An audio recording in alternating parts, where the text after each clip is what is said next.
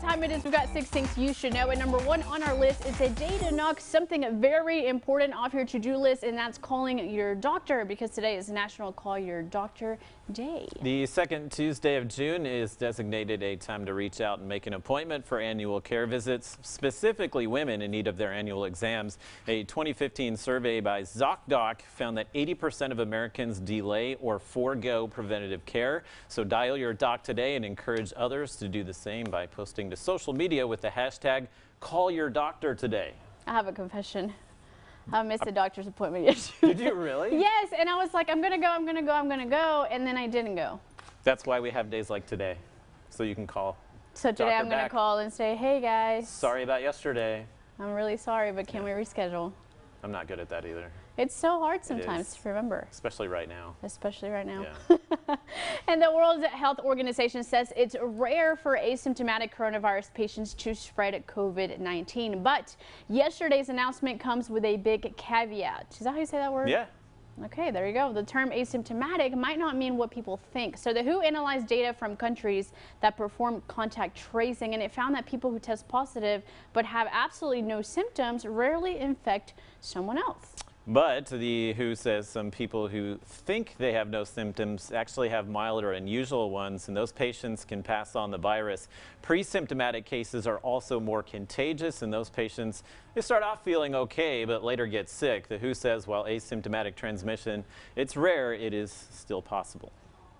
I don't know how it works anymore.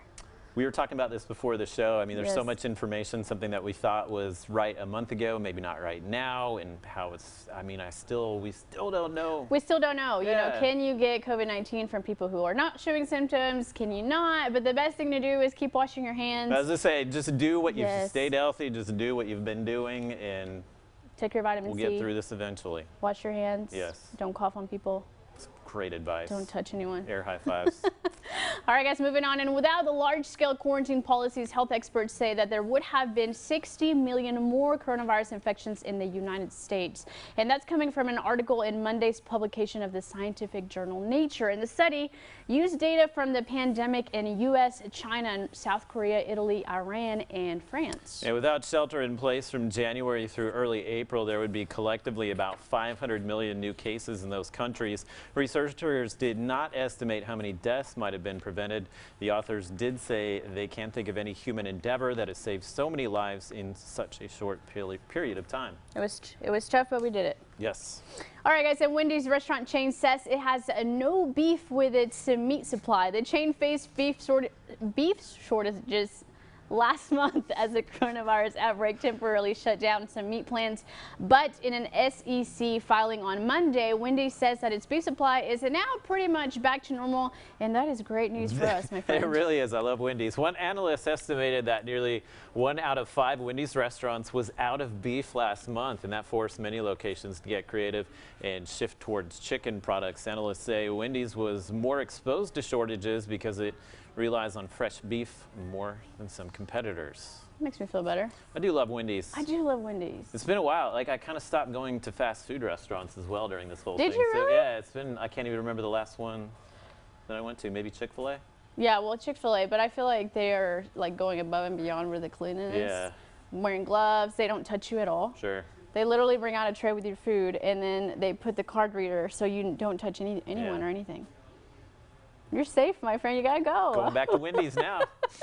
And our number 5 today says that Airbnb is making a huge comeback, and this is another sign that summer travel is rebounding. So the company says it's seeing a surge in bookings as customers emerge following months of being cooped up due to the coronavirus pandemic. And Airbnb says it got more U.S. bookings between May 17th and June 3rd than this same time period a year earlier, which included Memorial Day. So the takeaway appears to be that Americans seem to be ready to travel, that's domestically anyway. Yeah, that's right. And Airbnb CEO Brian Chesky says customers appear to be sticking to drivable locations within 200 miles of their homes. Chesky also says people are booking stays of a week or more due to the increase in remote working. Despite the increase, Chesky said he expects this year's revenue to be half of what it was last year. Even so, Airbnb's initial public offering could still come this year.